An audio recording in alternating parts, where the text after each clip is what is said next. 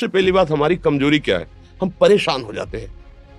संसार में देखो तो परेशान, परमार्थ की तरफ देखो तो हम परेशान हो। ये हमारा आदत स्वभाव बन गया परेशान होना। थोड़ा सा धैर्यवान बनो, गंभीर बनो। कोई भारी से भारी विपत्ति में परेशानी स्वीकार करके विपत्ति से थोड़ी निकला जाता। सुलझो, ठीक है, विपत्ति आई, समस्या आई, इसका समाधान होगा। ऐसा थोड़ी कि हमें नष्ट कर देगी। अगर अभी हमारी बड़ी हानि हो जाती है, हम कल इससे बड़ा लाभ प्राप्त कर सकते हैं। हमको एकदम बिल्कुल गंभीर रहना है, इतने कमजोर नहीं बन जाना।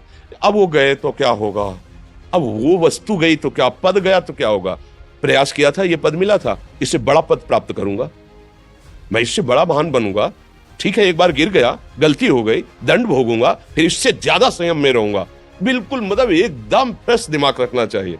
और अपने लोग क्या है, जरा सी बात में एकदम पछड़ा कर लेते हैं, एकदम कमजोर हो जाते हैं। ये बिल्कुल ठीक नहीं है। हम जीवन भर की यात्रा की बात कह रहे हैं, भारी से भारी कष्ट में भी मुस्कुराना, तो हमें बल मिला है, हमें भगवान की कृपा का दर्शन हुआ है, हमें उनका दुलार दिखाई दिया है। अगर ऐसे तो भाग जाते, फिर परमार्थ में थोड़ी चलना होता है। आज जो आप सुन करके लाभ लेने की चेष्टा कर रहे हो ना, ये केवल प्रवचन नहीं है, ये जीवन है। अगर ये जिए ना होते ना, तो ये इसका प्रभाव नहीं पड़ता, फिर वाणी का प्रभाव नहीं पड़ता। हम इसीलिए कहते हैं, जैसे आप लोग एकदम परेशान हो जाते हैं, तो बोलो क्या हमसे ज्यादा परेशानी होगी?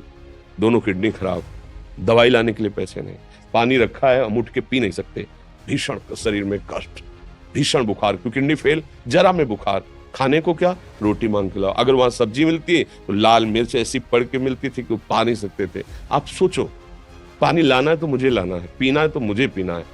अगर मैं हारता तो कहां पहुंच जाता, क्या स्थिति होती? नहीं, मरना है, पर कदम पीछे। कोई दिन ऐसा नहीं जिस दिन सेवा ना की हो, जिस दिन सेवा ना गए हो। गुरुजी की सेवा में जाना है, पहले अपने को स्वस्थ साबित करना है, नहीं वो सेवा नहीं लेंगे।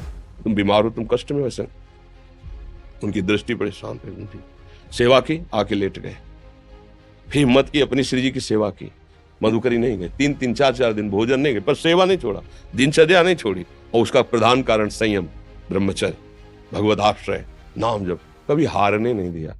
अभी भी थोड़ी देर बाद डायलिसिस शुरू हुआ। हारने, आपको हारे हुए नजर आ रहे हैं? शरीर में पीड़ा है, किडनी फेल है, ऐसा थोड़ा स्वस्थ बैठे हैं, पीड़ा है, बार बार प्यास लगती है, थोड़ा थोड़ा पानी मिलता है, लेकिन हम आनंदित हैं, हम प्रसन्न हैं। हम लड़ाई में हारे नहीं हैं, ना हारेंगे, हम जीत चुके हैं। हम अपने मालिक के भरोसे में अपना सब बात, तो वो ये हम अपनी बड़ाई नहीं बता रहे, हम आपको बता रहे समस्या। सोचो, तुम्हारे पास तो माँ है, भाई है, बहन है, परिवार है, कोई ना कोई तो है ना। मेरा किसी ने कभी जीवन में ध्यान भी नहीं दिया। क्यों? बचपन से बाबा जी बन गए, किसी से प्यार नहीं, किसी से संबंध नहीं, कोई जानकारी नहीं, हम कहाँ हैं, वो कहाँ है, किसी से कोई मतलब नहीं। अच्छा, जवान साधु कौन श्रद्धा करे? कभी गांव जाने की हिम्मत नहीं पड़ती कि रोटी मांग ले, पता नहीं लोग क्या सोचेंगे, क्या भावना कर ले। हम दरवाजे पे खड़े हैं, क्या कैसी भाव, जो हमारे सामने आकाश वृत्ति से आया यौवन अवस्था में, वही पाया, अन्यथा भूखे रह गए। जब हम हर समय अपने को विवेक के द्वारा सावधान रखे, तो हम कभी निराश नहीं हुए, कभी उदास नहीं हुए, कभी ऐसा नहीं लगा कि यार हम दुखी, कभी नहीं लगा। उसी का फल है कि उस सुख का संकेत मिल गया जहां दुख की निशानी भी नहीं है। वही उसी के बच्चे हो, हम सब उसी धातु से बने हुए हैं। हम इतना क्यों परेशान हो जाते हैं? हम ये देखते हैं अपने लोग, थोड़ी बात बिगड़ गई परेशान, नहीं बिगड़ी तो बिगड़ जाने की संभावना में परेशान है।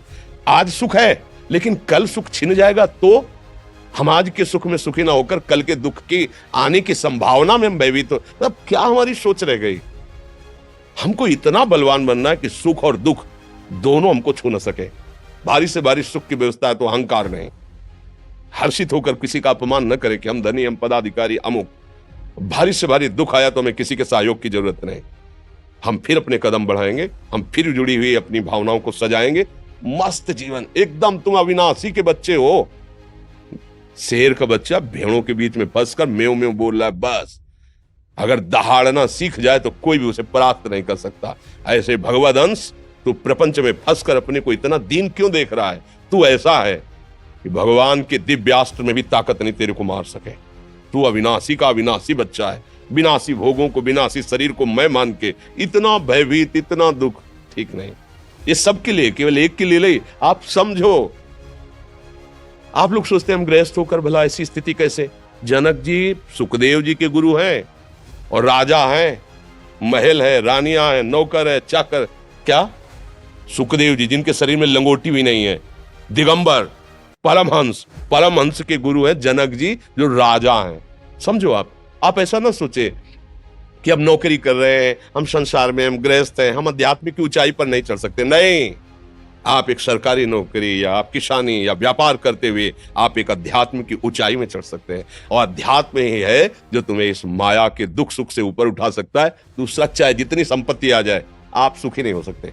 सब देख लो, आंख खोल के देख लो, अध्यात्म ही है जो तुम्हें हर कष्ट सहकर मुस्कुराकर जीने का रास्ता बता देगा कि आप आनंदित हो जाओगे।